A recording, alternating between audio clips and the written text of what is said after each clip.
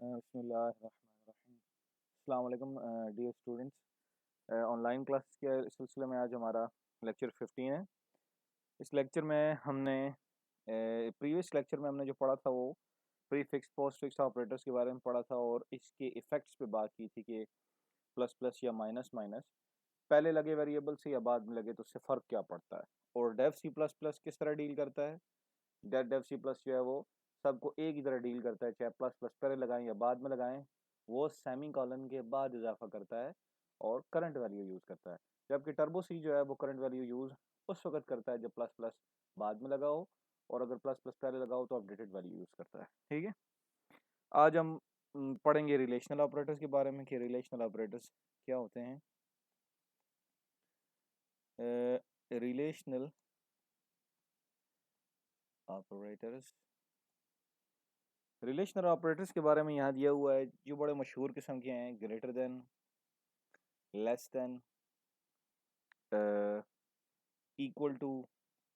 यहाँ यहाँ इस तरह इक्वल आता है, यहाँ पे इक्वल टू इस तरह आता है क्योंकि अगर हम सिंगल इक्वल लिखें तो ये असाइनमेंट ऑपरेटर है, यानी इससे वैल्यू असाइन हो रही होती है। ठीक है, इसलिए हम डबल इक्वल लिखते हैं। जैसे आपने यहाँ पे लिखा था ना वाई इक्वल, वाई को असाइन किया था 10, तो यहाँ पे अगर हम सिंगल इक्वल का साइन डालें तो ये असाइनमेंट ऑपरेटर इस्तेमाल होगा। डबल इक्वल डालेंगे तो फिर ये इक्वल कंसिडर होगा। उसके बाद greater than equal to, less than equal to और not equal to, not equal to.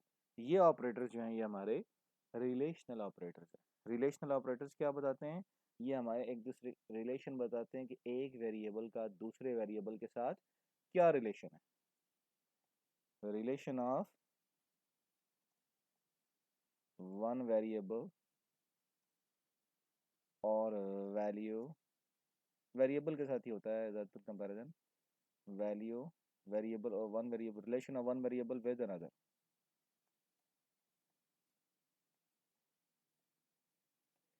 या ऐसे हम कह सकते हैं कंपैरिजन ऑपरेटर,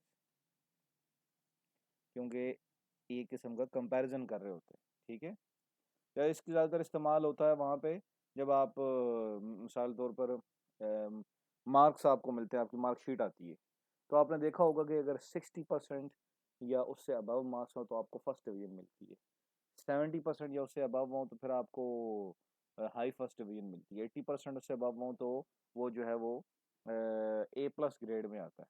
ठीक है, तो ये सारा वहाँ पे रिलेशन लगा होता है कि अगर वेरिएबल यानी मार्क्स है उसके अंदर जो वैल्यू पड़ी हुई है वो 80 से ग्रेटर है, 100 में से 80, 100 में से 80, तो मार्क्स ग्रेटर देन 80 तो ए प्लस ग्रेड मिल गया। ये इस तरह का जो रिलेशन ऑपरेटर है ये कंपैरिजन में इस्तेमाल होते हैं।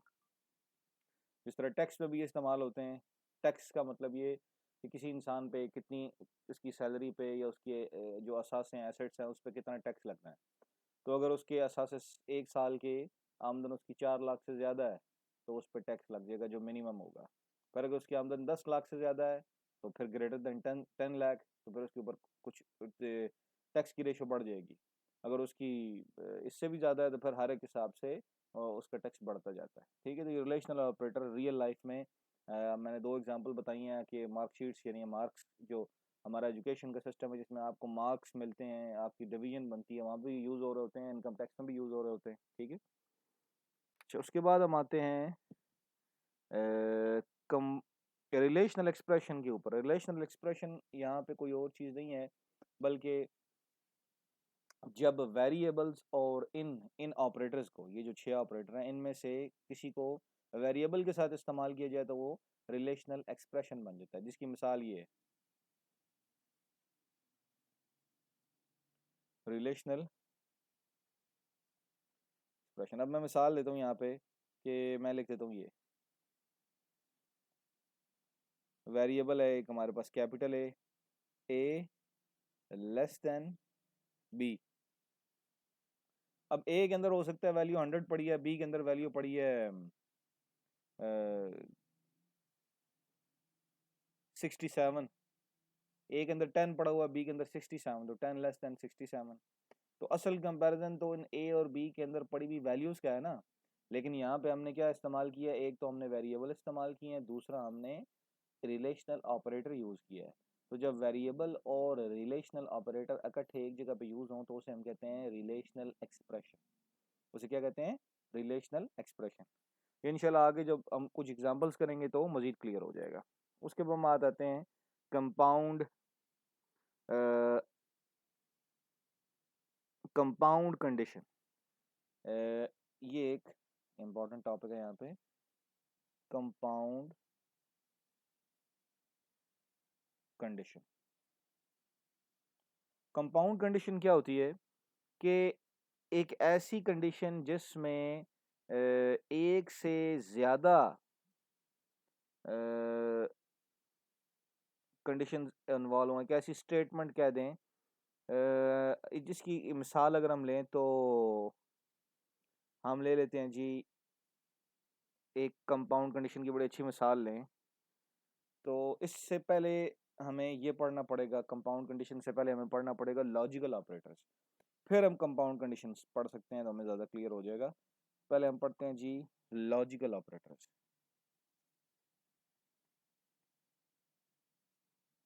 लॉजिकल ऑपरेटर्स क्या होते हैं? लॉजिकल ऑपरेटर्स ये तीन ऑपरेटर हैं जो कि फिजिक्स में भी इस्तेमाल होते हैं। एंड, जो कि एंड गेट वहाँ पे इस्तेमाल होता है, यहाँ कंप्यूटर में से इस तरह लिखा जाता है एंड, और ये बटन और का यहाँ पे दिया हुआ है। और का कंडीशन आपने लगानी है तो ये आपको दिया हुआ है यहाँ पे इंटर के बटन के बिल्कुल ऊपर, ब्रैकेट के बिल्कुल साथ, बैक स्पेस से नीचे, इंटर और बैक स्पेस के दरमियान में ये बटन दिया हुआ है। ये और ऑपरेटर है हमारा, और उसके बाद not operator. Not operator simple इस तरह से लिखा जाता है।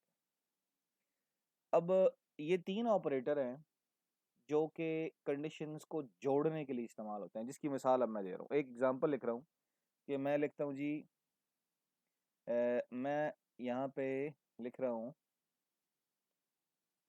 एक वेरिएबल बनाता हूँ, उसका मैं नाम लिख देता हूँ जी इंट मार्क्स, और उसके अंदर मैं लिख देता हूँ 3043। अब अगर मैं इस तरह लिखूं कि मार्क्स ग्रेटर देन 40, ये एक कंडीशन होगी कि मार्क्स ग्रेटर देन 40। ये एक क्या मैंने लिखा है, ये मैंने रिलेशनल एक्सप्रेशन लिखा है। ये मैंने एक रिलेशनल एक्सप्रेशन जिसमें वेरिएबल, रिलेशनल और ऑपरेटर और वैल्यू यूज हो रही है। अब यहाँ पे मार्क्स ग्रेटर देन 40, तो अगर किसी के 80 नंबर हैं और यहाँ लिखा हो कि अगर किसी के 40 से अबव नंबर हैं तो उसे पास कर दे, तो 40 से अबव वाला तो पास होगा, लेकिन 80 नंबर वाला है वो भी पास शो हो रहा होगा, 90 वाला भी पास शो हो रहा होगा, 60 वाला भी, 70 वाला भी, ये सारे पास शो हो रहे होंगे। हकीकत में 40 से अबव वाले तो सारे पास तो हैं, लेकिन साथ इम्पोर्टेंट चीज़ एक और होती है कि साथ उनको ग्रेड्स भी असाइन होते हैं। मार्क्स ग्रेटर देन 40, तो अब हम इनको जोड़ते हैं, कंडीशन मिलाते हैं, एंड मार्क्स लेस देन 49। तो अब हमने क्या किया, दो कंडीशंस को मिला दिया है, दो रिलेशनल एक्सप्रेशंस को मिला दिया है एक लॉजिकल ऑपरेटर की मदद से। अब हमारी एक से ज्यादा कंडीशंस मिल गई हैं, अब हम इसे कहेंगे ये कंपाउंड कंडीशन है। अब ये क्या है, ये एक, इसको मैं कमेंट्स में लिखता हूँ, ये कंपाउंड कंडीशन। ठीक है, तो यानी हमने क्या किया है, रिलेशनल एक्सप्रेशन, फिर एक रिलेशनल एक्सप्रेशन, इन दो को कंबाइन किया है लॉजिकल ऑपरेटर की मदद से, तो हमारे पास बन गया जी ये एक कंपाउंड कंडीशन बन गई, जिसमें एक से ज़्यादा कंडीशंस दी हुई हैं। एक कंडीशन यहाँ पे ये वाली है और दूसरी ये वाली, इससे ज़्यादा भी हो सकती हैं, लेकिन हमें जो मतलब मार्क्स के कॉन्टेक्स्ट में देख रहे हैं तो यहाँ पे ये लग रहे हैं। अगर इनकम टैक्स वाला होता तो उसमें गाड़ी है, अगर घर है, एक से ज़्यादा प्रॉपर्टी है, कोई फैक्ट्री है साथ, वो लगती जाती एंड एंड एंड आगे से बढ़ता जाता। और उसके बाद फिर केस सॉल्व होता तो उसके पास एक टैक्स की अमाउंट उसकी बनती जो उसकी सारी एसेट्स को मिला के बन रही होती। तो अब देखें तो यहाँ पे एक चीज़ हमने देखनी है कि 40 से 49 तक जो मार्क्स हैं उस पे अब आप ग्रेड दें। तो ये पास भी है लेकिन इस पे ग्रेड आप क्या देंगे, इस पे ग्रेड आएगा सी या डी। अब अगर मैं यहाँ पे ये देना चाहूँ जी मार्क्स जो है वो एक किसी और मामला एक और केस भी है। अब मार्क्स जो हैं वो इस तरह है,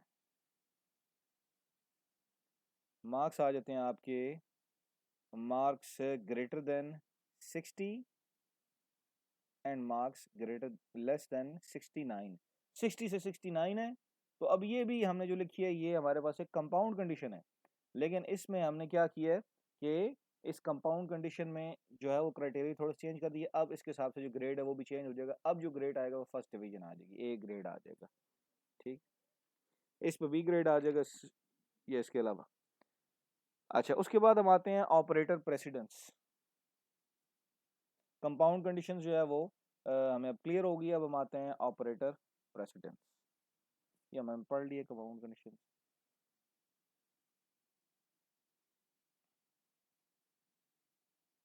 हम यहाँ पे लिख लेते हैं। अब हम आते हैं एक नए टॉपिक की तरफ जिसमें ऑपरेटर प्रेसिडेंस। ऑपरेटर प्रेसिडेंस क्या होती है? मैं आपसे एक सिंपल सा क्वेश्चन करूंगा कि अगर आपसे ये क्वेश्चन 2+2 = 2 ज़रबे 2, ये पुराना एक असूल है, पुरानी बात है। 2+2 × 2, इसका आंसर क्या आएगा? सादे जहन से सोचे जाए तो उसका आंसर आएगा 2+2 4, 4 × 2 8। ये आंसर इसका आएगा। ये आंसर गलत है, रॉन्ग। यहाँ पे बात आती है ऑपरेटर प्रेसिडेंस की।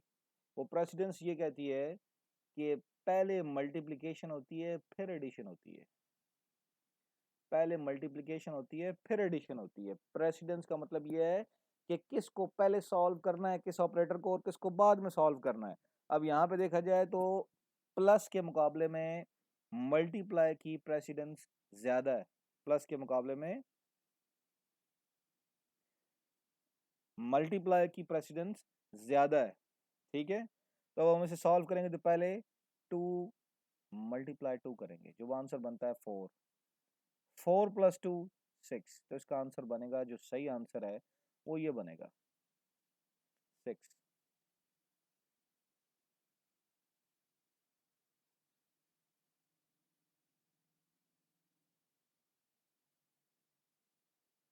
ये हमारा राइट आंसर होगा। ठीक है, तो यहाँ बताने का मकसद ये था कि जो भी ऑपरेटर हैं, जैसे यहाँ पे प्लस है और माइनस है, इनकी प्रेसिडेंस बराबर है। बराबर का मतलब है जो पहले आएगा वो सॉल्व हो जाएगा। अच्छा, इसके बाद मल्टीप्लाई,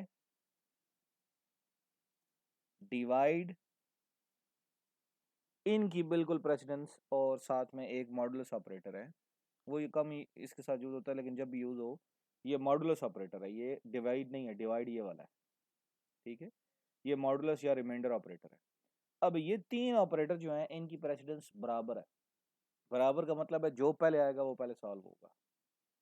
ठीक है, और इस तरह बाकी ऑपरेटर्स, यहाँ एक टेबल दिया हुआ है पेज नंबर 220 पे, ये पेज आप पेपर आप देख लें, ये टेबल देख लें, इसमें दिए हुए हैं, लेकिन जो ज़्यादातर ज़रूरी हैं वो ये वाले हैं। और आप चूंकि मैथ के साथ स्टूडेंट है, सब ने मैथ मैट्रिक तक पढ़ा होता है, तो ये सबको पता होता है कौन सा पहले सॉल्व करना है कौन सा बाद में सॉल्व करना है। इसमें ज़्यादातर स्टूडेंट मिस्टेक नहीं करते। ऑपरेटर प्रेसिडेंस का मतलब ये होता है कि किसी एक्सप्रेशन के अंदर, किसी स्टेटमेंट के अंदर दिए गए ऑपरेटर्स, दिए गए ये जो प्लस माइनस मल्टीप्लाई डिवाइड, उसके साथ वैल्यूज दी हुई हैं, वेरिएबल्स दी, इनको आपने कैसे सॉल्व करना है, किसको पहले सॉल्व करना है किसको बाद में सॉल्व करना है। ठीक है, तो इस केस में यहाँ एक एग्जांपल देख लेते हैं। यहाँ पे एक बड़ी अच्छी एग्जांपल दी हुई है, वो एग्जांपल देखते हैं कि 10 मल्टीप्लाई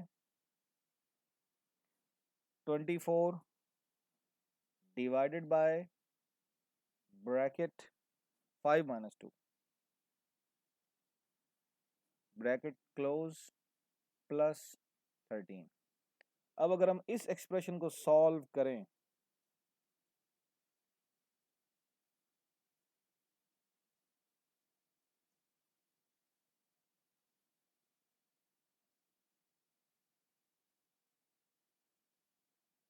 तो यहाँ पे पहले क्या चीज़ सॉल्व होगी? तो जो रूल है वो कहता है सबसे पहले इनर मोस्ट ब्रैकेट सॉल्व होती है। सबसे पहले क्या चीज़ सॉल्व होती है? Inner most bracket. तो ब्रैकेट पर ही सॉल्व होती है, लेकिन ब्रैकेट में भी इनर मोस्ट सबसे पहले। तो सबसे पहले इनर मोस्ट है, वो है 5 माइनस 2, यहाँ पे आंसर आ जाएगा हमारे पास 3। अब जो ब्रैकेट है वो सॉल्व होगी। अब हम इसको ख़त्म कर देते हैं क्योंकि यहाँ पे 3 आ गया है। 24 डिवाइडेड बाई 3 क्या हो जाएगा? अब हम इसको सॉल्व करेंगे क्योंकि इनर मोस्ट के बाद फिर ब्रैकेट ही सॉल्व होती है। हमेशा ब्रैकेट सॉल्व होती है पहले, लेकिन ब्रैकेट के अंदर अगर मजीद ब्रैकेट्स हों तो इनर मोस्ट सॉल्व होती है। 24/3 क्या हो जाएगा? यहाँ पे 8 हो जाएगा। ठीक है, तो हमने अब इसे सॉल्व कर लिया है, इसको हटा देते हैं यहाँ से।